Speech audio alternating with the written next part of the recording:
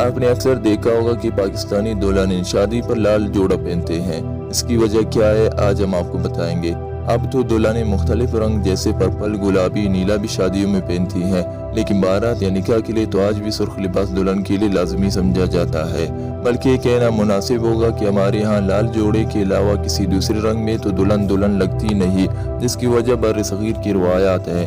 اگر ہم جائزہ لیں تو بھارت میں بھی دلہنیں سرخ جوڑا یا ساڑی زیب تن کرتی ہیں، کیونکہ تقسیم سے پہلے پاکستان، بھارت اور بنگلہ دیش ایک ہی ملک تھے، اس لیے اس دور کی روایت آج بھی جاری ہیں۔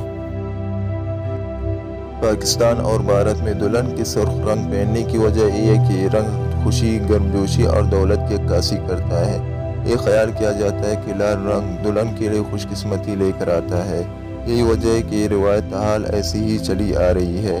اس کے برعکس مغربی ممالک میں دیکھا جائے تو وہاں دلہنیں سفید رنگ کا لباس پہنتی ہیں، جس کی وجہ یہ ہے کہ 18ویں صدی میں وہاں سفید رنگ عمارت کی علامت سمجھا جاتا تھا، اس لیے مغرب میں دلہنوں کے لیے سفید رنگ کے عروسی لباس کا رواج پڑ گیا، جو آج بھی قائم ہے۔